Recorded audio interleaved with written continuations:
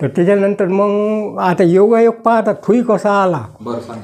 तर मग ते बरं म्हण आमचे वडील म्हणे ठीक आहे म्हणे मनातल्या मनात जसं भावाजीने म्हटलं तर आपण भाऊ करू आज नाही उद्या 1-2 वर्षात करू. तर योगायोग असा आला तर ते सत्यभाऊजी आले आपल्या घरी. सत्यदेव बाबा आपल्या घरी आले. तुमच्या घरी आले. हां सत्यदेव बाबा आले. तर सत्यदेव बाबा काय म्हणते आपल्याला म्हणते वावरात जायचं आहे म्हणजे. कनेक्शन असं लागलं. हो असं लागलं कनेक्शन. मग आता आम्हाला काही माहीत नाही वावरात चला मग चला. तिथं शेतात गेल्यानंतर बाबाजी ते सत्यदेव बाबा आणि काय म्हणते तू कुदयान म्हणते. कुदयान म्हणते म्हणजे विहिरीचं मूर्त करवा. हो तर बाबाजीनं सत्यदेव बाबानं स्वतः त्या विहिरीवर कुदळ्या मारल्या आणि तिथं आम्ही विहीर काय केली. अजून ती विहीर लागलं काय पाणी लागलं विहीर तयार आहे ती अजून. म्हणजे एकमेकाचं त्या 3 गुरुबंधूचं कनेक्शनच होतं. हो बरोबर समजेन. हो असा योग आला होता तो. ते बाबाजीनं बरोबर सत्यदेव बाबाने पाठवलं तिथं.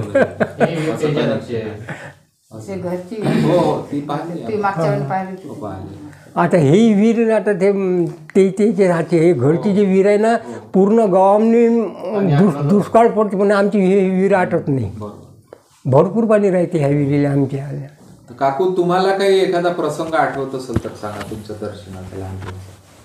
लहानपणात आम्ही तिथं जाऊ समजा बाबाजीपाशी. माझे वडील तिथंच वारले. हा तो एक अनुभव सांगतो मी तुम्हाला. रक्षाबंधनच्या दिवशी सांगू द्या ना. रक्षाबंधनच्या सप्ताह बसला होता. माझ्या वडिलांना पाणी लागलं होतं समजा कोठ्यात गेले होते खूप पाणी येऊन राहिलं होतं. मग ते डवरे बिवरे हे राहते की नाही तर मग ते तिथं उचल वाचल करायला गेले.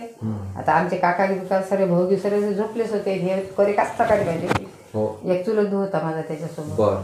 मग येणे ते उचल वाचल केलं आणि त्याच्या तिथं असं तो मोठा होता तर त्याला पाणी लागलं. मग त्याने ते कोणाला सांगितलं नाही का पाणी खूप येऊन राहिलं बा. मग त्याने सांगितलं नाही तर माझ्या भावाला ते ना म्हणजे कामाला गडी होता तर त्याला आवाज दिला तर मला असं असं झालं म्हणे भाऊ म्हणे. मग माझा भाऊ गेला चुलत भाऊ. मग त्याने बकेटनं कापूर हे ते नेलं. आम्ही विचारलं तर सांगे नाही आम्ही 4घी बहिणी आहे. एक भाऊ आहे. लग्न कोणाचेच नव्हते झाले. खटल्याचं घर होतं समजा आमचं. त्याच्यामुळे काही त्याने सांगितलं नाही. मग त्या कामदार माणूस गडी माणूस आणि एक माझा भाऊ होता त्याने की नाही हात ठेवले मला बाबाजीपाशी घेऊन चालणार समाधीपाशी. मग ते तिथं नेलं. तिथं नेल्याच्या नंतर ते मोठं गेट आहे ते आता मोठंच झालं पण त्यावेळेस लहानसं होतं समजा.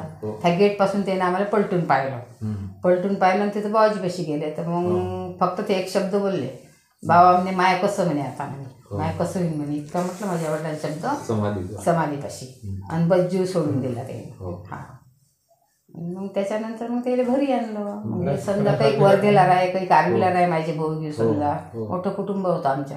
म्हणजे माझ्या वडिलाचं 5 भावाचा विस्तार होता समजा. हा माझे वडील सर्वात लहान होते. आता मग आमच्या मोठ्या काकानं पाळलं आम्हाला सर्व. त्याच्यामुळे मग हे जे माझे सासरे जे तिथं यायचं येणं जाणं होतं त्यानं हाच शब्द लक्षात ठेवला माझ्या सासऱ्याने का बा ह्या म्हणजे यायचं येणं जाणं स्वतः नाही 7 दिवस तिथंच राहायचे समजा सप्ताह बसल्या म्हणजे. तर त्याचा तिथं लेख लिहिलेला आहे माझ्या वडिलाचा त्या पानात. दरवर्षी रक्षाबंधन सप्ताह येते की नाही तर तिथं वाचते तो मोठा लेख आहे लिहिलेला. हा तर दरवर्षीच ते वाचते असे म्हणजे जे कार्यकर्ते राहते तेच तिथं वाचून दाखवते. गोपाळराज जवळकर म्हणून आहे समजा. हा तर मोठं कुटुंब होतं मग आमच्यावाला समजा. मग आमच्या चुलत्या काकीने लग्न केले. मी आमच्या सासरीने तेवढाच शब्द धरून ठेवला. तर म्हणजे मला करायची म्हणजे बा इथलीच मुलगी करायची म्हणजे. हा बिन याने केलं म्हणजे पाणी मी काहीच नाही समजा. हा दोन्ही परिवार तुमचे लहानोजी महाराजांचे भक्तच होते. हा तो योग आला तोच आहे म्हणजे पाहिलंही नाही समजा काहीच नाही पाहिली नाही केली काही नाही. माझे वडील वारल्यावर तिथून 2 वर्षांनी माझं लग्न झालं समजा. असा हा प्रसंग घडला. तर अतिशय सुंदर. आज तर योगायोगच आला. मला परत वाढायला जायचं होतं. मला एकदम काटपूरला आल्यानंतर मागच्या वेळेला आले होते तुम्ही. मग मी विचारलं होतं ना योगायोग आले नाही आपले मुलाखत घेण्याचे. टाकार खेळले गेले तुम्ही गोष्ट काढली होती. तर मग तुम्हाला म्हणे हो म्हणे आमच्या आईचंच घर आहे त्याचं म्हणे. गजानंदराज जवळ करायचो पहिले सेक्रेटरी होता तिथं. आता समजा रिटायर झाले ते समजा. त्याचा मुलगा डॉक्टर आहे दवाखान्यात दवाखान्यात तिथं आम्हीलाच आहे जवळ. त्यांच्या घरी बसलो आहे. हो सांगे ना ते विश्वस्त सुद्धा आहे. हो सांगेच हे मले आई हो म्हणजे आमच्या ओळखीचीच आहे मग विचार. तर आज तुम्ही जे काही अनुभव सांगितले याबद्दल मी तुमचा आभारी आहे. जय लहानोजी. समर्थ लहानोजी महाराज की जय. खाटिकपुऱ्यामध्ये जे नेरपिंगळाईला मंदिर आहे, ज्या वेळेस बाबाजी आले त्यावेळेसचा सांगा प्रसंग. त्यावेळेस मी बाबाजीच्या दर्शनाला गेलो होतो. कुठं? टाकरखेडला. टाकरखेडला आधी हो त्याच एक दिवसाच्या अगोदर. बरं. दुसऱ्या दिवशी पुन्हा बाबाजी नेरली येऊन राहिले होते. नेरपिंगळाईले हो त्या गाडीने मी होतो स्वतः. म्हणजे कोणत्या गाडीने आले होते बाबाजी? बाबाजी लहान गाडी होती त्यावेळेस. ह्या गाड्यात आले, त्या हाफ टनवाल्या गाड्या. हो ह्या गाड्या नव्हत्या. बरं. त्यावेळेस त्या गाड्या आल्या. आम्ही आलो होतो इथं. मग प्रवासी गाडीनं बाबाजी आलते का त्याच्यात? प्रवासी गाडीनं? हो लहान गाडीनं. लहान गाडीनं. हो ते आणि बाबाजीच्या हस्तेच तिथं मंदिराचं हे झालं. हो वसंत पंचमीला तिथं कार्यक्रम होत असते ना नेरपिंगळाईला. वसंत पंचमीला स्वतः बाबाजी आले. त्याच्यानंतर अजून एक सांगतो तुम्हाला. सांगा. मी शाळेत असताना सौरला शाळेत होतो. कुठच्या? सौरला. बरं. त्यावेळेस मी 7व्या वर्गात होतो. बरं. भरपूर गर्दी होती बाबाजीच्या लाईनमध्ये. आम्ही लागलो, आमची बहीण मी आमचे जवळ आम्ही तिघेजण एका याच्यात होतो. तर तिथं गेल्यानंतर आम्ही दर्शन करून राहिलो बाबाजीचं.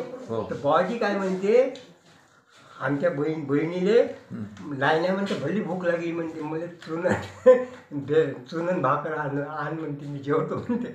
तर आमच्या बहिणीनं त्याच वेळेस बेसन भाकरी केल्या. बाबाजीले कुठंच निघालं आमच्या याच्यातलं जेवण. साहूरची गोष्ट. साहूरची गोष्ट. रामा साहूरची. हो त्या बोंडेच्या घरी आले होते तिथं. शाळेत उतरले होते. शाळेत उतरले होते का? शाळेत होते बाबाजी. बाबाजी का बोंडेच्या घरी नव्हते? नाही का? शाळेत होते.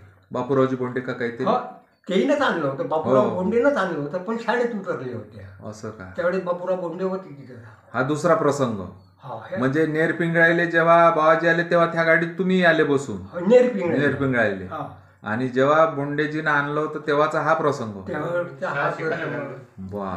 आमच्या जवळच्या घरच बाबाजीनं बेसन भाकर ठेवले, ते कोणाच्या घेतलं नव्हतं. भूक लागली म्हणे. म्हणजे हा एक प्रकारचा प्रसादच तुमच्या कुटुंबावरचा. आता अन्नदान आहे ना, मी मनोजचे पैसे भरले तिथं. दाजीची आहे समजा, वैशिष्टचे पाहुणे वाटले की नाही गाडीगावचे, त्याचे अन्नदान आहे. बरोबर. आम्ही येत असतो तिथे. जय लहानोजी. दाजीचे त्याचे श्री समर्थ लहानोजी महाराज की जय.